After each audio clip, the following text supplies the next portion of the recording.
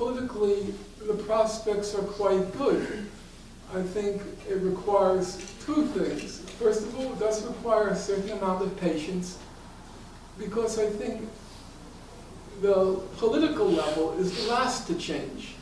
There was some movement in Congress. It wasn't great, but there were actually 36 or so dissents on the bill attacking Goldstone. I know it wasn't great, but it was something. I think our job is, if we really want to reach people, I agree with the Ghandi strategy.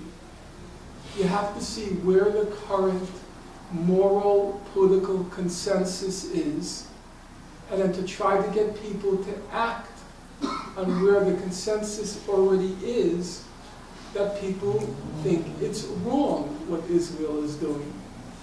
And I think part of our problem, speaking as part of a political movement, part of our problem is that we never like the consensus.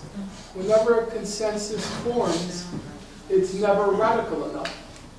And so when a consensus is now formed, you can call it, for lack of a better term, you could call it the Goldstone consensus.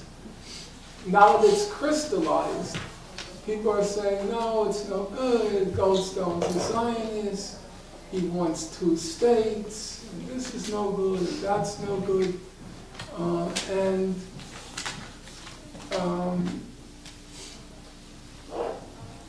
We don't take advantage of our victories.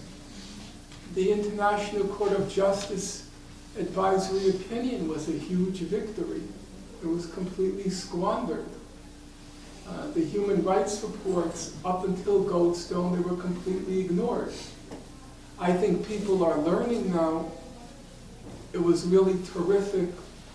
After the Goldstone report, I think people were very smart.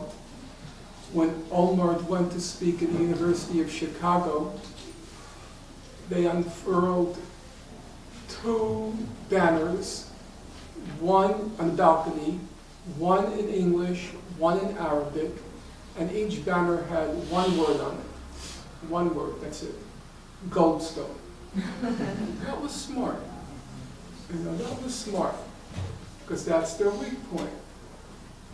But if you're going to focus on aspects of the conflict where there's no consensus or a weak consensus, then I don't think that's the way to make progress.